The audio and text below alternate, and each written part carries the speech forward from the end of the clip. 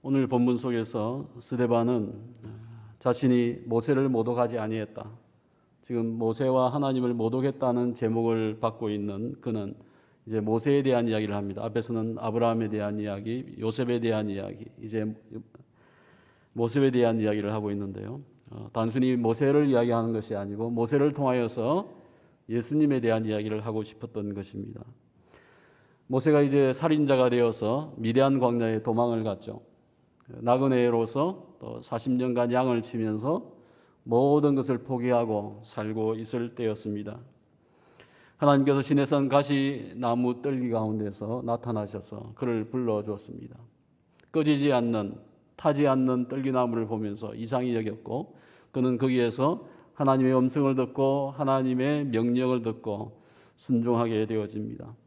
하지만 40년 전에는 그는 하나님이 부르지 않았지만 내가 할 수 있다, 내가 이스라엘 백성을 구원할 수 있다라고 생각을 하였던 자만한 시절이 있었지만 이제는 내가 아무것도 할 수 없다라고 할 그때에 하나님이 그를 찾아왔다고 하는 것을 기억해야 합니다. 하나님의 때와 모세의 때가 달랐습니다. 인간이 정한 내가 원하는 방법을 가지고 있지만은 하나님의 때와 하나님의 방법은 달랐다 하는 것을 보게 되었습니다. 모세가 아집을 포기하고 완전히 그 속에 있는 도끼가 빠졌을 때에 인간적인 모든 지식과 지혜가 충만하였던 그에게 그 모든 것이 하나님 앞에서는 무용지물인 것을 깨닫게 되어질 그때가 하나님이 일을 하실 때였다고 하는 것입니다. 35절 말씀 속에 보면 백성이 그 당시에 이스라엘 백성이 모세를 거절하지 않았습니까? 40년 전에 누가 너를 관리와 재판장으로 세웠느냐라고 하면서 모세를 거절하였습니다. 그는 도망갈 수밖에 없었고 지금 광야에서 40년을 지났는데요. 이제 하나님께서 어떻게 하셨다고 하였습니까? 그를 관리와 속량자로 세워서 보내었다라고 이야기하고 있습니다. 관리라고 하는 것은 통치자예요. 왕이 되게 한다는 거예요.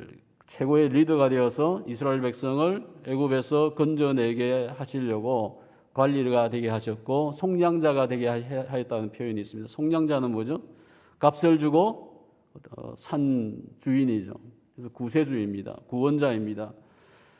하나님께서 이제는 세상의 어떤 관리나 재판장이 아니고 하나님이 바라시는 리더가 되게 하시고 또 하나님이 원하시는 속량자, 구세주가 되게 하여서 그 일을 모세가 감당할 수 있게 사명을 마쳤다고 하는 것입니다.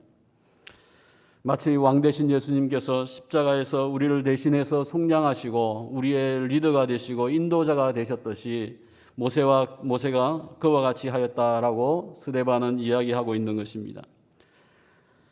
37절 말씀 속에 보면 스데반이 또 한 가지를 이야기합니다. 그것은 무엇입니까? 이스라엘 자손에게 예언을 하나 했는데요. 모세가 신명기 28장 15절 속에서 나중에 나와 같은 선지자가 나올 것이다. 그 한 분의 어떤 선지자가 나올 것인데 그분을 예언을 했습니다. 그분이 누구일까요? 그분은 이사야도 아니고 세례요한도 아니고 이슬람에서 이야기하는 마호메트도 아닙니다. 그분은 하나님께서 택하시고 보내신 진정한 선지자인 것을 기억해 볼 수 있습니다. 하나님의 아들 되시는 예수님이 모세가 예언하였던 그 선지자입니다. 오늘 스데반이 재판을 당하고 있는 이유가 무엇입니까? 그 선지자를 발견하였고 그 선지자를 믿었기 때문에 지금 신문을 당하고 있는 것입니다. 모세와 유사한 사역을 하신 선지자라고 하는 것이죠.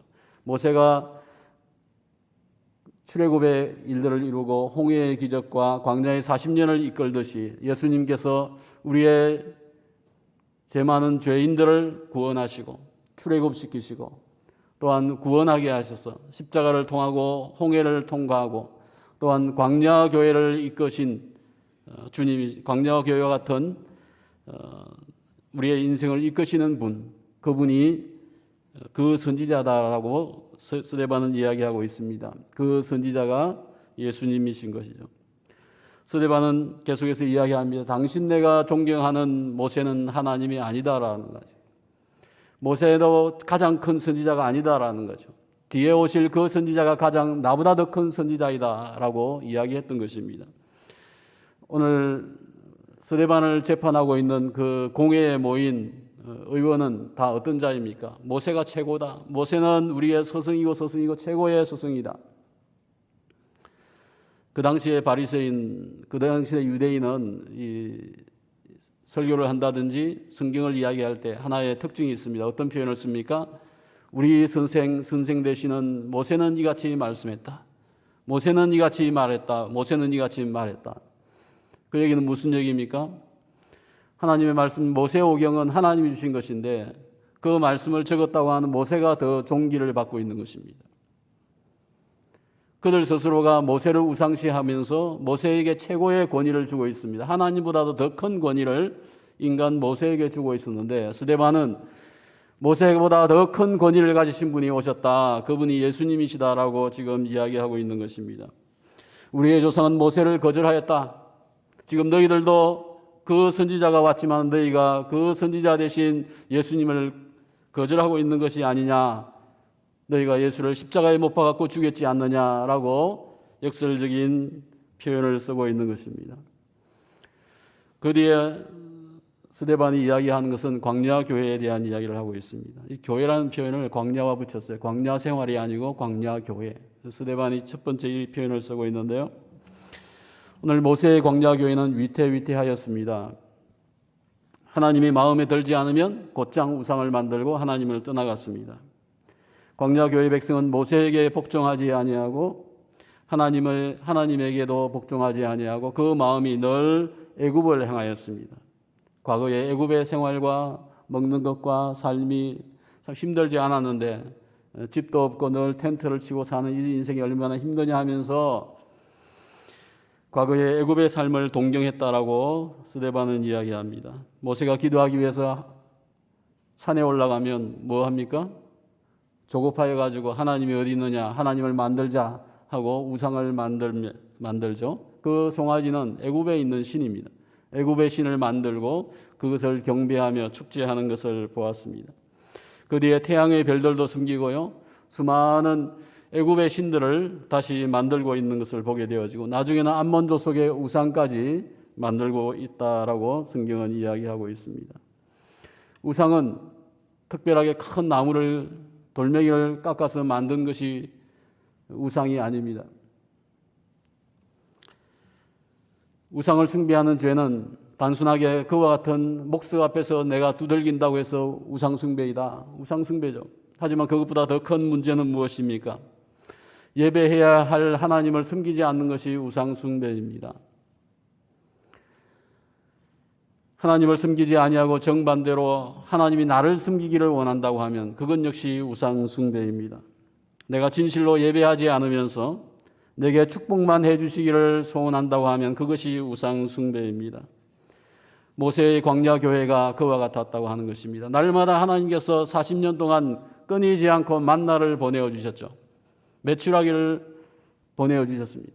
하지만 여전히 하나님을 숭배하지 아니하고 오늘도 하나님의 만나를 먹으면서도 그 주시는 하나님을 경외하지 않은 것이 이스라엘 광야 교회의 백성이었습니다.